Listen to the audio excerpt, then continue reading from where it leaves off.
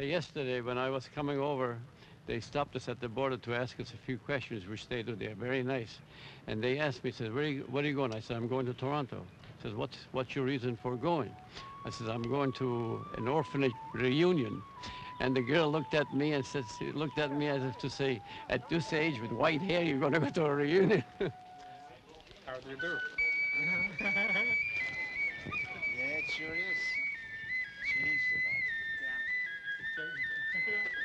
Smile, Harry. It's one of the old ones. I came from 7 right now. Yeah, but on the map it says Trafalgar Road. Yeah, well, it's over there. Well, that's what we did for the reunion. I came on the He met 401. somebody. Oh, Yeah, well, it's over there.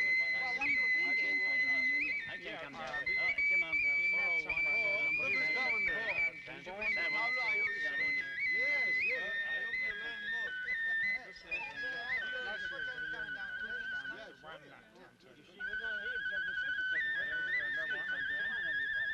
man, I look like a football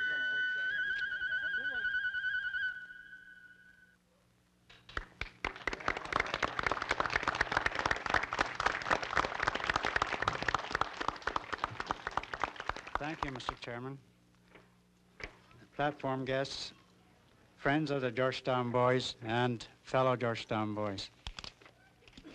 I want to say a few words about the significance of this plaque to the Georgetown Boys, what it means to us. And I hope and I am sure that the feelings I express will be felt by all of you.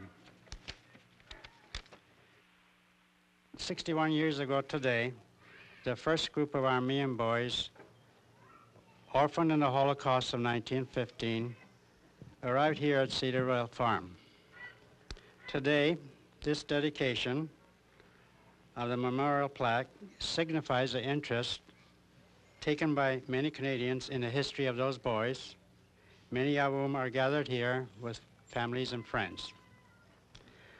The plaque is of particular importance to the Georgetown Boys, indeed to all Canadians of Armenian descent, because it is a reminder of our past heritage. It was 1915. As war raged in Europe, the government of Ottoman Turkey embarked on a massive and well-planned campaign to destroy its Armenian Christian minority.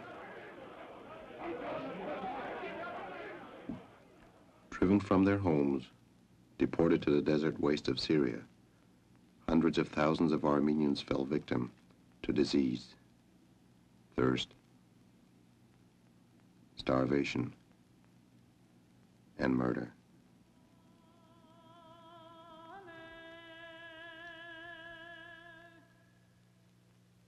Countless women and children were abducted, falling captive to Turks and Kurds.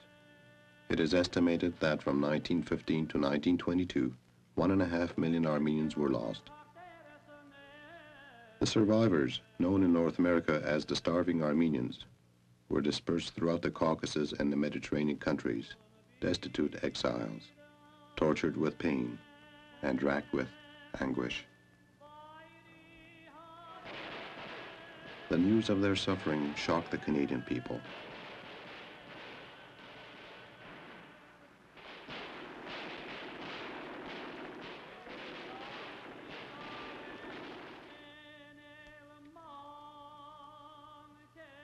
Initially, Canadian contributions to help the destitute were channeled through other relief groups, such as the Lord Mayor's Fund of London, England, and the Near East Relief in the United States.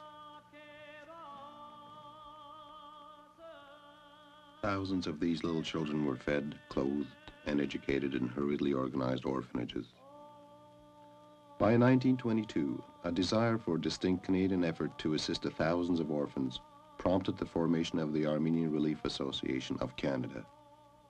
In a lead editorial in The Globe, February 23, 1923, Reverend A.J. Vining, Secretary of the Canadian Fund, writes about reports that are so horrible as to be unprintable. Composed of some prominent Canadians, the Armenian Relief Association came up with a scheme to bring some of these orphans to Canada. Boys first. We'll teach them to become farmers and fruit growers. In spite of government reluctance to allow the admission of Armenian refugees, the association received permission from the Dominion government to bring to Canada 100 Armenian orphan boys to arrive at its farm in Georgetown, Ontario. We heard in Cyprus that we were going to go to Canada. No one knew where Canada was, you know. And one bright morning, 3 gentlemen came into the refugee camp from the Lord Mayor's Fund looking for little boys to come to Canada. So I was fortunate enough, I was picked out.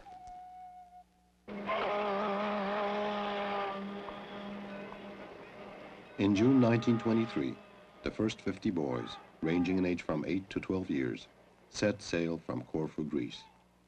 According to the terms and conditions specified by the Department of Immigration, the children were to be sound of limb and free from sickness, remain the wards of the association until the age of 18, and to be trained as Canadian farmers. It was Dominion Day, 1923. They were taken to a farm, bought by funds raised in their behalf near Georgetown, Ontario. Funding came from individuals, church societies, and other organizations.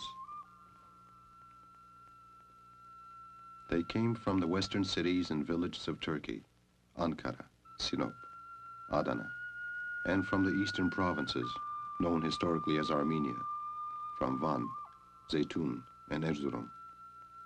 The sons of farmers and traders, merchants and school teachers, poets and artisans. Here then were the remnants of an ancient nation, of which the forefathers had inhabited the land surrounding Mount Ararat for 3,000 years. No, you didn't. The plastic ones. All right, you'll find it if you don't get it. Where is the boat? Levon went to bring it. Yeah, I remember the first day when we got to the home. It was supper time. There was big stacks of buttered sandwich bread and lots of food, and it was what a change, you know. A friend and benefactor of the boys' farm, in a letter to Prime Minister Mackenzie King, writes, "It was my pleasure to visit the farm. Having known that there was reluctancy on the part of the Ottawa authorities in granting permission to bring these orphans to Canada, it has occurred to me that you would appreciate an impartial report of the work that has already been accomplished. They have made remarkable progress in learning English and employ themselves in improving the property and making themselves useful." In September 1924, 40 more boys with similar backgrounds were brought from the orphanage in Corfu.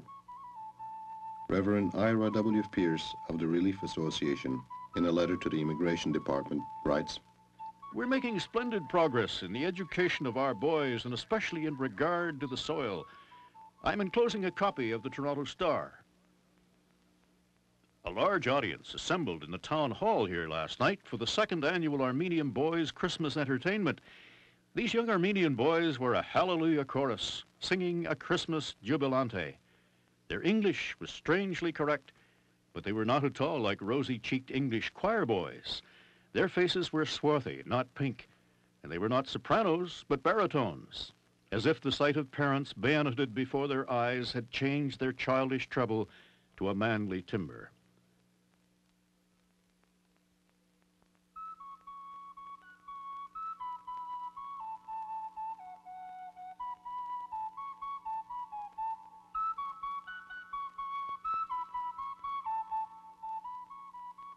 We published a paper. It was a monthly paper. We called it Ararat. The boys used to write little things, what they learned in their English school, and some in an Armenian, they used to write little stories. Every morning, school starts with prayer. We gather in the schoolroom every night and sing some English and Armenian songs, pray, and after go to bed. Last week, we started to gather all the white eggs for hatching. During the summer months, many of our boys were invited to go to different